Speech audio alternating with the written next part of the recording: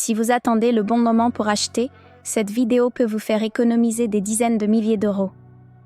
En 2026, contrairement à ce que beaucoup pensent, le marché immobilier n'est pas reparti partout. Certaines villes continuent de baisser, parfois fortement, et offrent de vraies opportunités, à condition de savoir où regarder. Aujourd'hui, nous allons voir où acheter en 2026, en analysant les villes où les prix immobiliers baissent encore, avec des chiffres précis et des explications claires. Avant de rentrer dans le détail, il est important de comprendre le contexte. Entre 2022 et 2025, la hausse des taux d'intérêt a fait chuter le pouvoir d'achat immobilier de près de 20 à 25% selon les profils. Résultat, dans de nombreuses villes, les prix ont corrigé, mais pas de manière uniforme. Les marchés les plus tendus ont mieux résisté, tandis que d'autres continuent de s'ajuster. En 2026, les opportunités se trouvent principalement dans les villes où les prix avaient trop augmenté avant la crise et où la demande est redevenue fragile. Prenons un premier exemple très parlant, Lyon. Entre 2020 et 2022, les prix ont dépassé les 5 300 € du mètre carré. En 2025, certains quartiers sont redescendus autour de 4 600 à 4 800 €, soit une baisse de près de 10 à 15%.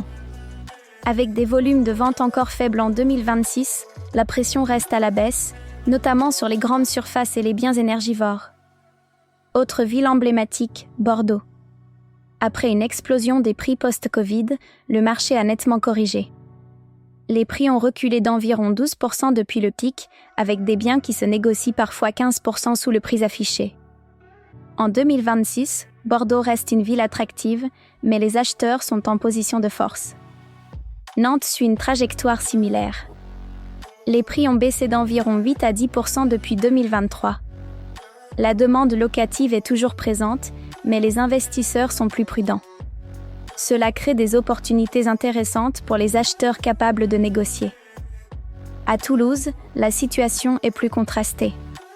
Certains quartiers résistent, mais d'autres affichent déjà des baisses de 5 à 8%. En 2026, les biens mal classés énergétiquement ou trop chers par rapport au marché subissent des décotes importantes.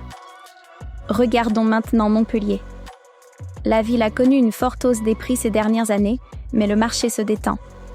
On observe des baisses allant jusqu'à 10% dans certains secteurs, notamment sur les appartements anciens.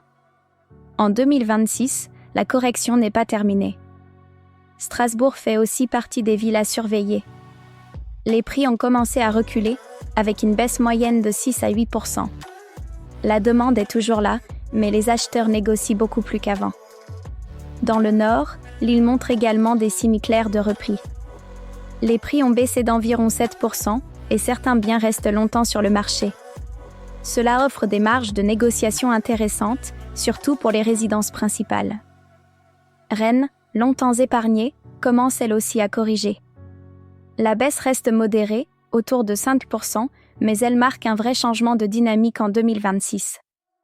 Passons à Grenoble, où les prix reculent plus fortement, parfois jusqu'à 10%, en raison d'une demande plus fragile et d'un marché moins tendu.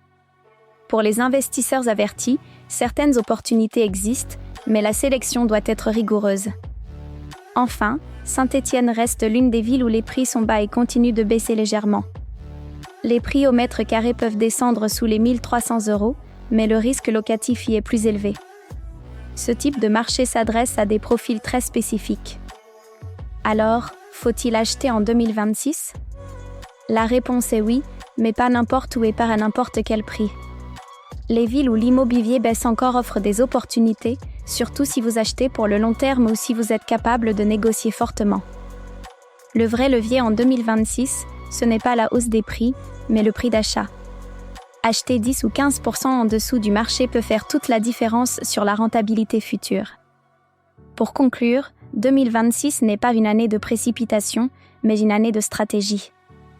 Les meilleures affaires se feront par ceux qui prennent le temps d'analyser, de comparer et de négocier. Si vous voulez continuer à comprendre où et comment investir intelligemment dans l'immobilier, abonnez-vous à la chaîne. Et dites-moi en commentaire dans quelle ville vous envisagez d'acheter.